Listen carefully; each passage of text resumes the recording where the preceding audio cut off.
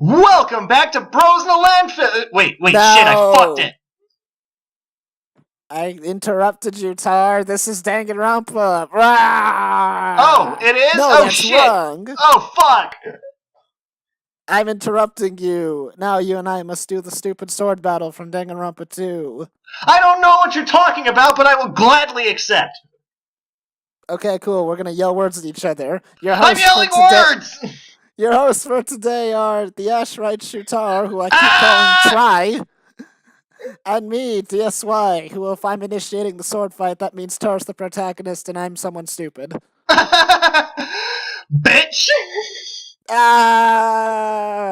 You cut through my words. Wow, down with one word, huh? That's pretty much how the sword fights go in Danganronpa 2. Are we talking about Danganronpa now? I don't know shit about Danganronpa. Me neither. I just Did know you there's see that? there's an evil teddy bear. Did you see that tweet where someone says like here's a picture of the producer of Danganronpa holding up like the mascot or something, and it says like, who's that guy holding up Monokuma? I flubbed it. Let me find the actual tweet. Not like it matters anymore because I already flubbed it. Gosh, you flubber. You're the only one here who ever flubs things, Dizzy. I'm the only one here who says the word flub. I say flub all the time, just not on cast. You gotta be flitting me. Okay, that's a new one. You gotta be flubbing my dubbing. Flubba dub dub. Let's not before we summon the Rick and Morty fans. Come here, Rick and Morty fans. After all, you have to have a particularly high IQ to get bros in a landfill. Yikes! Go, my servants, and harass McDonald's employees for sauce. Oof! That's all I'll Please do not perpetuate that. I don't even work at McDonald's, and I'm saying please don't perpetuate that. I'm being facetious. No one should have done that. Nobody wants your crusty meme sauce. Szechuan sauce isn't even that good. Don't provoke them, Dizzy. I'll just tell them that the thing they literally lost their mind. I'm talking from your perspective. I'm Tar. Don't provoke them, Dizzy. Just tell them that their disgusting, horrible sauce that they cried about for is terrible and disgusting. Didn't most of them not even enjoy it? I thought a bunch of people sold it on eBay. Oh, so that means it actually is crusty. Oh, God. And no one will enjoy it. Yeah. Just because of how much time it's going to spend in transit. Then again, it is McDonald's, so it doesn't have an expiration date. It has an expiration date. It's from birth. Oh. I feel kind of bad, but at the same time, it's like, I don't know, because I feel like I just started a fight with like a dead horse, but also it's like, yeah, but at the same time, they were also being horrible, but also at the same time, I think we've acknowledged that, so I'm not really hang on. Are you... This is important. Are you picking a fight with a dead horse in a lightning storm? Is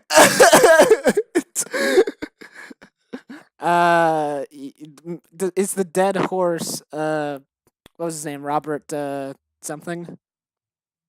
Robert. He's the guy who got... There's this guy who has a famous story, I guess. He was a athletic runner. He got struck by lightning 4 times in his lifetime, and then a year after he died, his grave got struck by lightning. Yikes! I was like, am I picking a fight with him? Is he the horse? Wait, wasn't there one guy who got struck by lightning 7 times in a single day? Maybe. I don't remember if that was a story or if that really happened. But yeah, it was like it was crazy. Anyways, though, the point I'm trying to make is don't harass people for sauce, but it's perfectly fine to harass people who harass other people for sauce. This seems like a very valid point to make.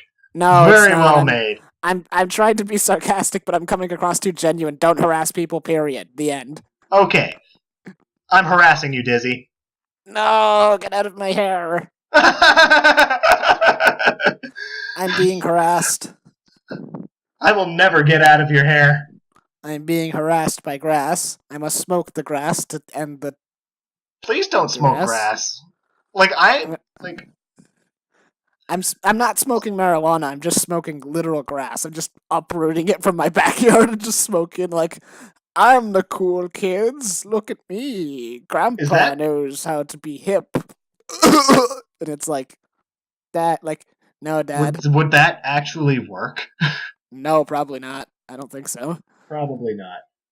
But it might. I'm not eager to try it. Neither am I. Just because, like, I don't like the idea of smoking in general. Because Well, I feel like I'm sane. I can assure you that whatever you're smoking, you'll be messing up your lungs. But Oh, absolutely. as for the buzz, I don't know if that'll ever come. Like, I understand why people do it, but I don't understand why people do it. Does that make sense? Kind of, I guess. Like, I understand it's supposed to be like a stress relief thing, but why do that for stress relief?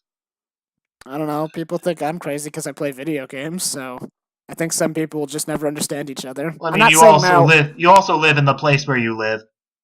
Well, Bless you.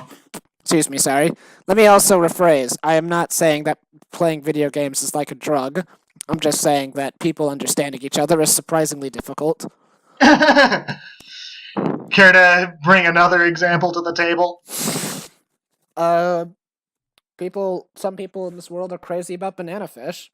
I'll never understand why. I'm not. You know, that was the episode I wasn't on for. I listened to that episode and I can't remember a damn thing about banana fish. It's just a bad anime. I understand that much. Wait, was it? It was about like a virus, right? Like a zombie virus? It was about a mind-controlled drug and a lot of really, really illicit stuff. You mean explicit? Explicit. And also the main character was portrayed as the good guy, but the writer kept calling him the bad guy. What? Yeah, so that just leads me to How believe... does that... Wait, is it just like a villain protagonist?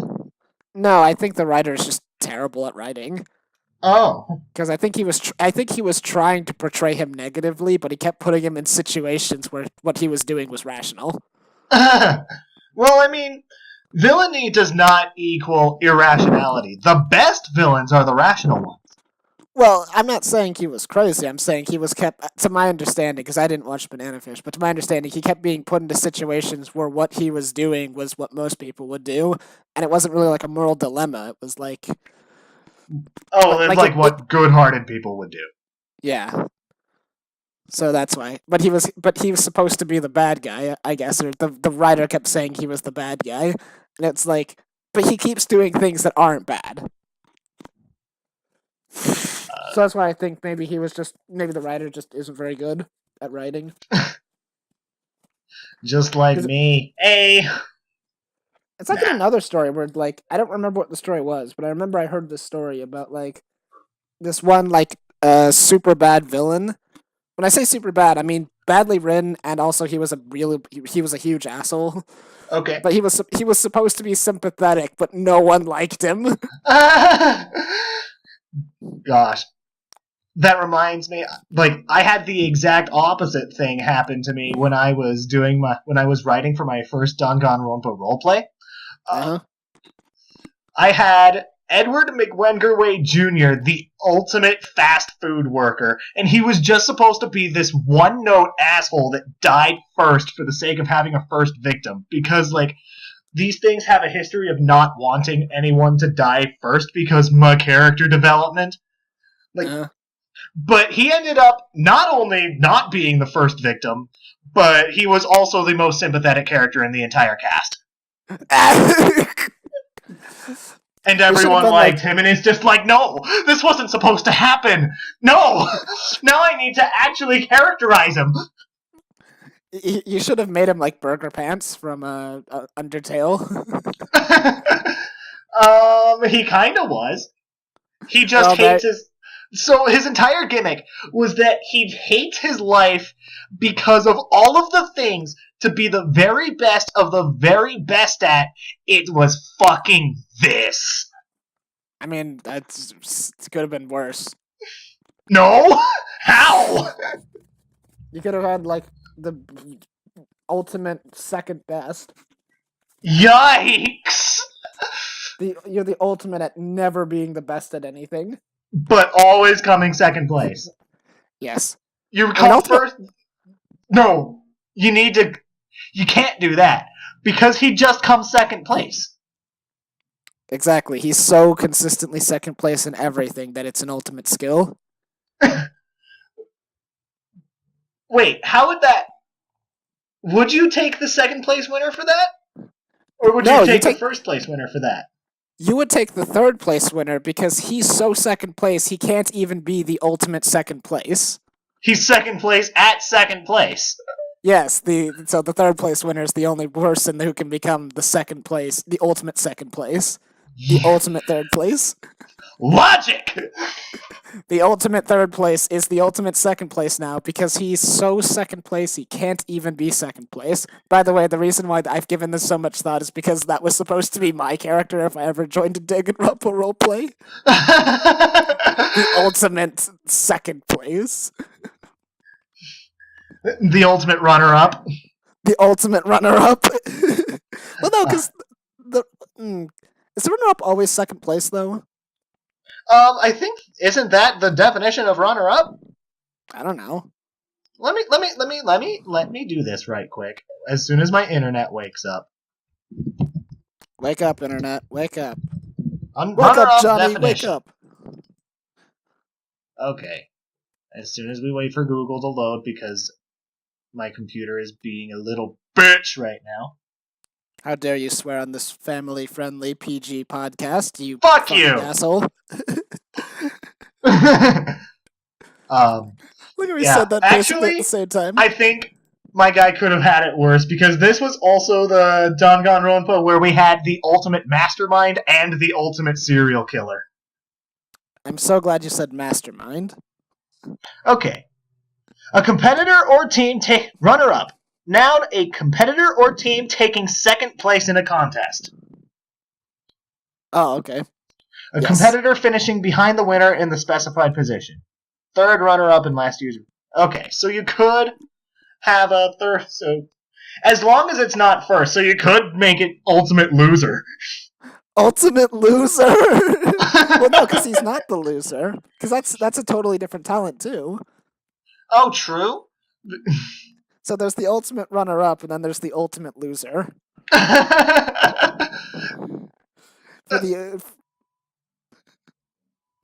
That could be the same thing, because loser just implies not winning. Like, it's connotated with being last place. But, again, loser by definition just means not winner. Well, the ultimate loser, if you're the ultimate loser, then you have to be consistently terrible at everything. Well, that just means you have to be not the best at everything. You have to be the best at not being the best. You have to be the best at losing. Yes, which is second place is by definition losing, depending on how strict your definition of victory is. Well, this is the ultimate is the thing, so that's why I'm like, so that's why I'm also like, you're still beating other people if you get third place. You're still beating other people if you get fourth place. You need to lose to everybody. Okay, so you're saying this is the ultimate wooden spoon. The ultimate wooden spoon? Isn't that like the terminology for last place? The wooden spoon is terminology for parents who are angry with child. Oh! I take it you know this from experience. Good talk. I'm having... Sorry, I was just having a flashback. Oh, I didn't mean to bring up your traumatic backstory. My traumatic backstory. Cue the dramatic backstory. I didn't mean to unlock your tragic backstory. It's okay, Tar. I'm an anime character, so it'll just make me stronger. Ah! Oh no, he's powering up into Super Dizzy Form 3! No, not Super Dizzy Form 3! Isn't that the one that hurts you? They all... Mega Evolution hurts you. Oh! You have Mega Dizzy Form 3, and then you have... Wait, hang on. No, Super Dizzy Form 3. Then you turn into Mega Dizzy Form 3.001? I don't remember. I don't know if any of the Super Saiyan transformations hurt you, so to speak. They're just like you just have to be angry. I know. I'm told they take up a lot of energy, but taking up a lot of energy is special narrative writer talk for it'll work for as long as I want it to, and then it'll stop. I never thought about it like that, but thank you for giving me the key to uh, to bad writing. I Key should. to bat. I Key to shall bad use. right. I shall use this gift. I shall use this gift egregiously. The gift of bad writing. I'll bend the universe to fit what I want it to. Of course, that's how good that. Mary Sue's a popular protagonist, right? She has to be. That's the definition of a Mary Sue. My name is Mary Sue, and I'm a Saiyan from the planet Vegeta. I survived the explosion from Frieza because I'm the chosen one, and I floated through space until I was found by my galactic parents, my alien parents. They raised me to be a strong and noble warrior, and from them I learned how to go Super Saiyan because Frieza killed them, I guess. I was gonna kill Frieza on planet Namek, but Goku did it first, and now I've come to meet you, Goku. And Goku's like, "Oh, cool, let's fight, cause I like fighting and stuff." She's like, "Yes, let's fight." Ah. And Goku's like, And "Wow, then you're so Mary Sue. strong. You're even And then stronger Mary than me." Sue effortlessly wins. Mary Sue's like, "Ah ha ha! You think you're the only one that can go Super Saiyan Goku? I can go Super Saiyan 2. In fact, I showed Goku how to go Super Saiyan 2. I invented it." Because I'm I so powerful. That's right. I showed up in thought between the I Frieza thought he did arc. that the first time he was in the Hypersonic Lion Tamer, and yes, I did just steal that joke from Team Four Star. I don't know if he. I don't know how Goku learned Super Saiyan 2, but I'm like Wait, no. Mary Sue taught him. Of course, she met Oh, him. But in between right. Like, the it Frieza and Cell arc, wasn't the first one to go Super Saiyan 2 Gohan? the first one to go Super Saiyan 2 was Vegeta. Oh, I wait. think. What's the difference between 1 and 2? 2 is just like oh. Do you mean like narratively or visually? Yes. Visually, 2 has slightly more spikes in the hair. Oh, Visually, you pretty much cannot tell the difference. I guess visually, like wait. visually, your hair Is is that neater. the result of the power up, or is that the result of the animation style changing over the years? That's a result of the power up. I would say that Super Saiyan 2 makes your crazy spiked golden hair slightly neater. That's it. Oh, Super Saiyan 1, you have crazy golden hair. Super Saiyan 2, you have combed golden hair. nice. Super Saiyan 2 teaches you the power of personal hair. Pretty much, yeah. And then Super Saiyan 2, in terms of power levels, is basically just the new Super Saiyan. Because It Super was like Saiyan. double the power of regular Super Saiyan, right? Well, yeah, but the enemy was double the power of regular Super Saiyan already, so basically it's just the new Super Saiyan. Yeah. Like, Super Saiyan is now useless. Now every fight must include Super Saiyan 2. Super Saiyan 2 is now useless. Every fight must now include Super Saiyan 3. Super Saiyan 3 Welcome is now to useless. Every fight must now include Super Saiyan 4. and fusions for some reason. That was that arc, right? Yeah, they All fused in, right, two guys now. yeah, that was the Boo arc where people started fusing. The Vegeta and Goku only fused, like, And like Gogeta and Vegeta were like two different people, even though both of them just came across from Goku and Vegeta fusing. I guess it's kind of like okay, so Goku and Vegeta fuse and they create a new personality. So like their fusion is not the two of them sharing a mind; it's a new person created from both of their minds. So I guess Mm. that's the difference between Vegito and Gogeta, where a different person was born from their union. I guess. But here's what Okay, confuses but me. like, why? Why would Number one, I why don't would they know. create two different things? Like, I guess the logic. Was there different ratios used? I guess the logic is that there was a different method of the fusion, and that's why there was two different people. I guess. Because Vegeta was made by a forced union, while Gogeta was made by a deliberate union. Huh. So I guess that's the logic. If I'm gonna stand up for anything in Dragon Ball, I guess this is the hill I'm gonna die on. Apparently, just okay. Haven't we already established that Akira Toriyama just doesn't know what he's doing? Yes. Did I complain about the Bardock retcon that I just found out about? Not publicly. Oh yeah. So apparently this is old news. Like this was with the Broly movie. I didn't know Which that. one? The new Broly movie, the one that started with the whole Okay, the kick the first one. No, the new one, the super one. Oh, the new one. Okay. The one that started the whole horrible Bros Talk series. That is our most popular series. Oh. And it's like, and yeah, so I guess they retconned Bardock, but the retcon was stupid because it made him less interesting. And it's like, Please continue. So the original Bardock that everyone liked, in fact, he was non-canon, and Toriyama, so the story goes, liked him so much that he made him canon. And like Bardock is like he's a Saiyan, and the thing you learn about he was Goku's father, correct? Yeah, but the thing you learn about Saiyans is that Goku is the unique weirdo of the Saiyans because he like is happy and likes fighting and stuff, and no, like they all like fighting, but he's like friendly. And like most Saiyans are just assholes. They're like space pirates. They don't really care who they're killing, and they do it for profit.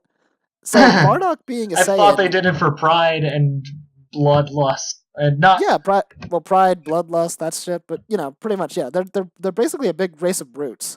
Okay, and they're space pirates. So and Bardock being just sorry, Bardock is just over here picking flowers, right? No, Bardock's also an asshole, and that makes sense because it's a race of assholes. So of course he's a dick. He's just the same as the other Saiyans. He likes fighting, he likes power, he likes winning, he likes killing. Okay. And he doesn't really give things much thought. Like he's actually like really loyal. I would say he's loyal to Frieza, but only pretty much just because Frieza is like he's like a boxer and Frieza's his manager. He doesn't really care. He's like, you bring me fights, I'll work for you. Sure, I don't care. I like fighting. You like me killing people. This works. So Bardock this is a mutually symbiotic relationship. Yeah, pretty much. Frieza wants people dead, and Bardock likes killing, so there's no problem. But then Frieza decides. There's this old legend that a Saiyan will kill Frieza, so Frieza's kind of on edge all the time. And then he hears about how strong Bardock's getting. Even though Bardock has no actual intentions of betraying Frieza, Frieza gets like a little bit scared, so he sends his men to kill Bardock and his team, which they do. Okay. And I actually so Bardock is dead. No, Bardock is not dead. He's the only survivor. Oh. Bardock killed everyone. Except Frieza? No. Okay, let me explain further. Okay, basically, the crux of the story is that Bardock and his men were sent to go kill some planet of psychics.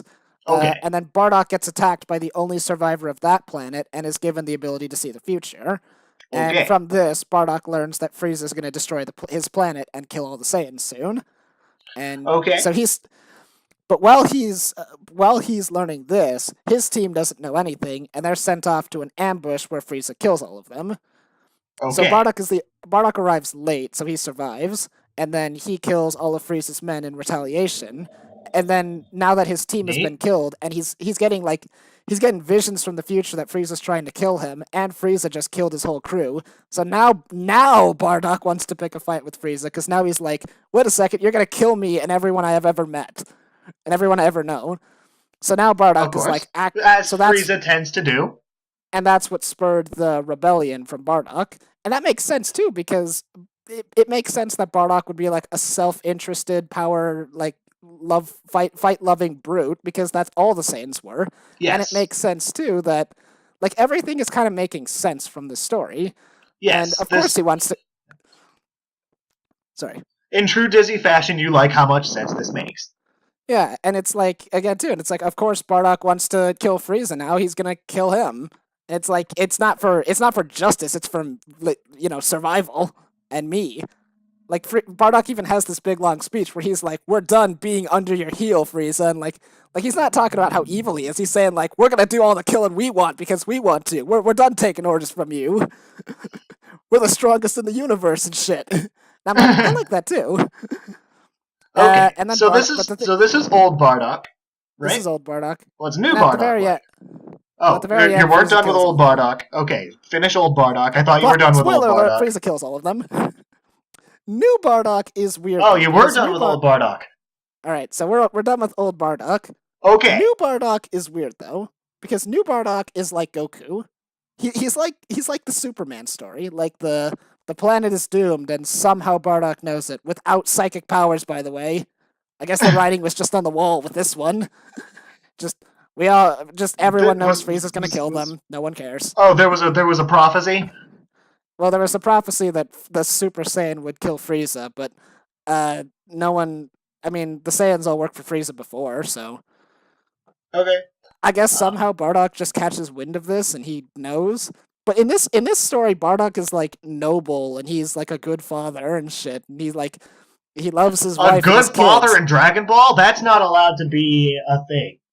He loves his wife and his kids, which is why Raditz turned out to be such an asshole. But let's forget about Raditz's existence so that this Bardock story makes sense.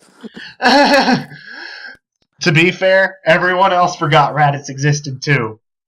And I guess like Bardock rebels against Frieza for like the sake of his family or for the Saiyans and stuff, and he's like does that shit. But apparently Bardock also rebels alone. I guess like. Which is what happened in the original story too, but originally Bardock rebelled alone because everyone thought he was crazy. But in this story, Bardock rebelled alone because everyone else was an asshole. Thank you, Motorcycle. Very cool. And it's like it doesn't make sense for Bardock to be a nice guy because again, Goku was the weirdo for being a nice guy. And again, too, like Raditz had 2 kids, and Bardock had 2 kids, and one of them was Raditz, and he was a huge asshole who loved killing people. And it's like, so how come? And it's like, if you're implying that Goku is nice because Bardock taught him to be nice, how did he fuck up with one son but do great with the other? Well, and then it's like, why is Bardock, and like for that matter, why is Bardock a nice Saiyan on a planet of people who live to fight and kill? That is a very good point. Like, you remember Vegeta? Vegeta is normal as Saiyans come. Like, again, he's a prince, sure, but he's like the norm. He is like, we fight, we kill, we have pride. I feel like he might be a little bit more arrogant than the other Saiyans, just because of his elevated position. Vegeta is definitely more arrogant, but it's like what he is saying is basically the principles of the Saiyans. Yes. So Vegeta serves as a kind, not exactly, but kind of. What's the word I'm looking for here? He's like a representation of how his race works, kind of, but not exactly. Yeah. Like he's exaggerated. He's exaggerated, sure, but like a lot of characters too, like Nappa as well, who was with Vegeta, like. They all kind of say that they just work for Frieza because of the like as you said before, because of the mutual gain, the symbiotic relationship of we help each other. But Vegeta even says like once we don't need Frieza anymore, we'll get rid of him, and then and then the Saiyans will be the strongest. And that was kind of echoed in other Saiyans too, and even kind of Bardock's crew, where they're like, we're just killing because we like to. We don't really care who we're taking orders from, and if we don't have to take orders from anyone, well, we'll be fine. Hey, sounds good to me. I don't care. I just like fighting.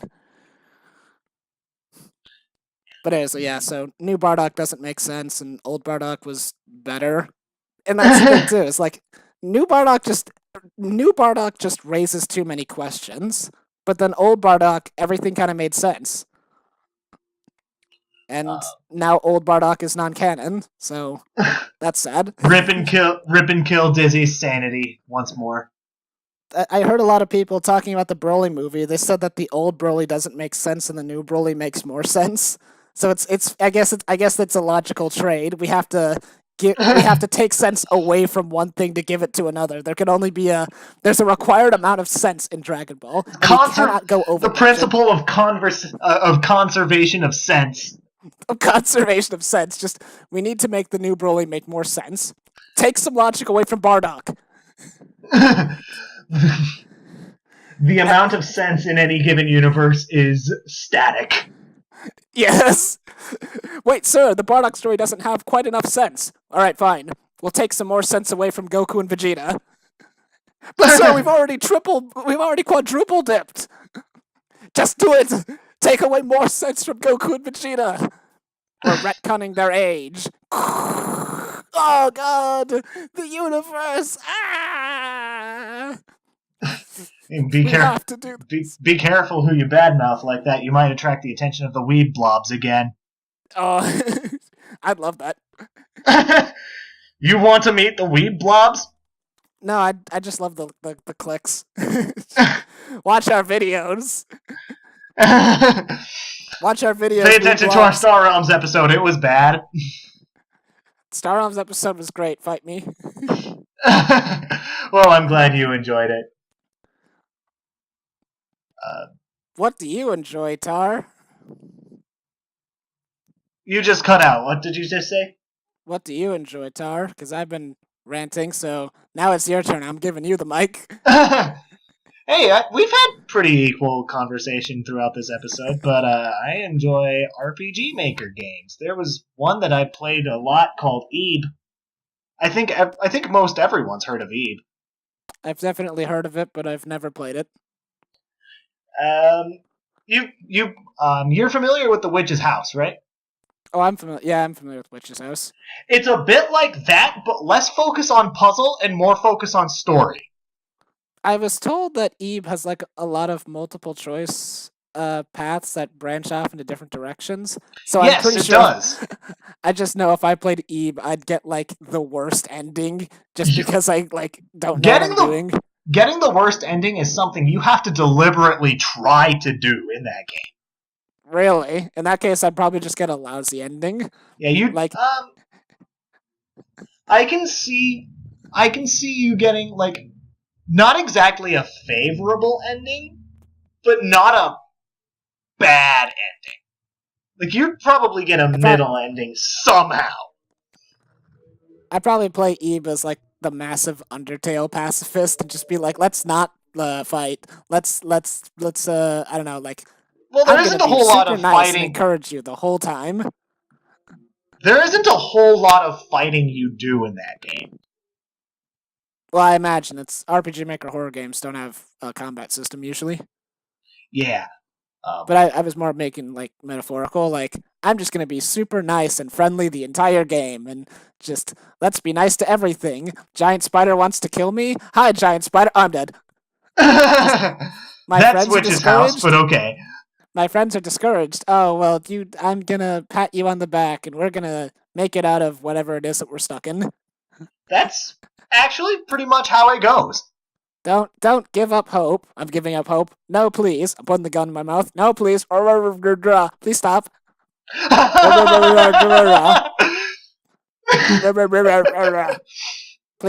Please take the gun out of your mouth. What? Please take the gun out of your mouth. Here,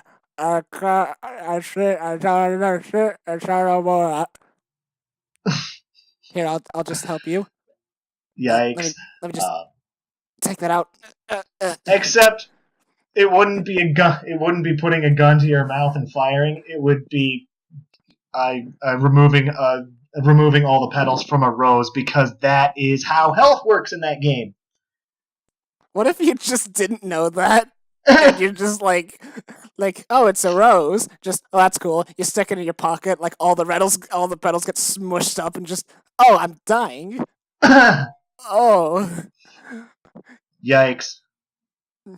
Yeah, the fewer petals a rose has, the more wounds appear on your body. Don't give this game to Shadow Joe. Yikes! Shoutouts to Shadow Joe. Shoutouts to Simple Flips and Shadow Joe. But yeah, you want to talk about Witch's House, I think, because I know more about that than Ebe. What was like? You said, I believe you told me that you were apathetic towards Witch's House. What was a highlight of that game for you? Well, the thing about Witch's House for me is that, spoiler alert, like massive spoiler alert. Like everyone put a thing If over you your care head. about this game and you well, it's like a I'm not gonna 3 hour give any game. details. I'm not gonna give any like specific details, but what I am gonna say is a bit of a plot twist. I think I'm already familiar with the plot twist, but go ahead. Well, The Witch's House is not just a horror game; it's also a tragedy. Yes, it is. And that's the thing is like I just am not generally fond of tragedy stories, but as tragedies go, it's a well written tragedy, it's a well told tragedy, but it's also like oh like Like, mm. oh, I didn't want to know this. Yeah, so that's kind of where I stand. That's why I'm sort of ambivalent about Witch's House because like with all that Dragon Ball shit I was just talking about with like logic and things making sense and following a flow. It's like Witch's House does that. It's well written, it's well told. It's just I'm not so fond of the story, but it's a good story, and that's why I'm like about it. I'm like Yeah, upon further thought, this does make a lot more sense for you to think like that. Like, I would think that you might get hung up on some of the puzzles, especially that damn skull puzzle. I'd get hung up on the puzzles if I played the game. Oh yeah, that's true. You didn't actually play the game. Like, what No, did you but think of that damn skull puzzle? oof. Toward the end of the game. I think that I didn't figure it out, and after a while I gave up and just let the guy playing the game figure it out. So it stumped me. um, let's see. Yeah, like is like you were the villain the whole time. Like the Hey, isn't the plot I said it twist was that a tragedy. You don't want to give too many details, do you? you already said that it was a spoiler alert, so I'm jumping in. All right, so double massive spoiler alert. Like, isn't it that you played the villain the whole time? Yeah, you were evil all along. Like the villain protagonist wins. Yeah, and that's the thing too. Is like Like you as know, long as you get the true ending, because well, even if you don't get the true ending, you're still the bad guy the whole time. You like just didn't know it. it's that's true. It's like what does it say? Like what does it say about the game that there are? Well, actually, there are 3 endings, but what does it say I about was the told game? there was technically four. There's 4. Yeah, I was told What's there were. Well, I was told there was three and a half. So apparently 3? there's a special kind of thing that there's a special slightly different ending if you get through the whole game without saving. Oh, true. There's a Because special ending if you go back to a certain room during the very last level and pick up an item. yes, There's yes, that's the how you get the normal true ending. there's the regular ending where you just leave the house. But I was also told, apparently, I don't know if this was in the original game, but apparently in the remake, if you stand perfectly still for the entire, for like an hour, like at the starting screen, then suddenly like the world kind of shifts a little bit and you can just leave without entering the house at all. And you'll never Yeah, play any of the game. So that's because also an ending. the witches, um, because like the girl just died. Yeah, so there's technically three and a half endings because the ending where you don't save is the same as as the special item ending. So that Um, you can just have more context. yeah. So three and a half endings. I was gonna say, like, what does it say about a game if it has a good ending and a true ending? Well, Witch's House has a true ending and a neutral ending and a you're not and a you're gonna be feeling this for the rest of the day ending. Yeah, Wait, I thought it was. Wait.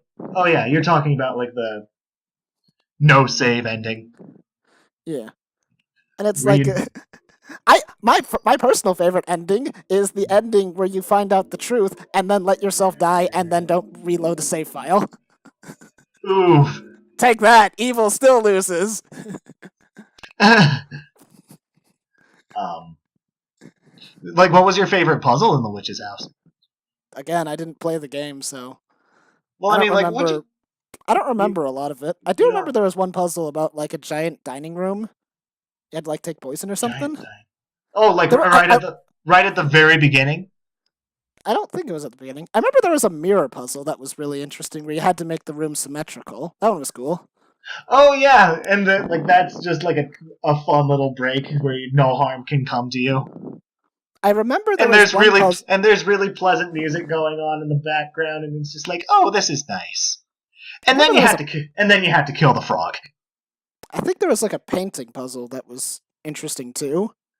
That one haunted me for a while because like immediately afterwards, it's followed up by a chase scene, Uh,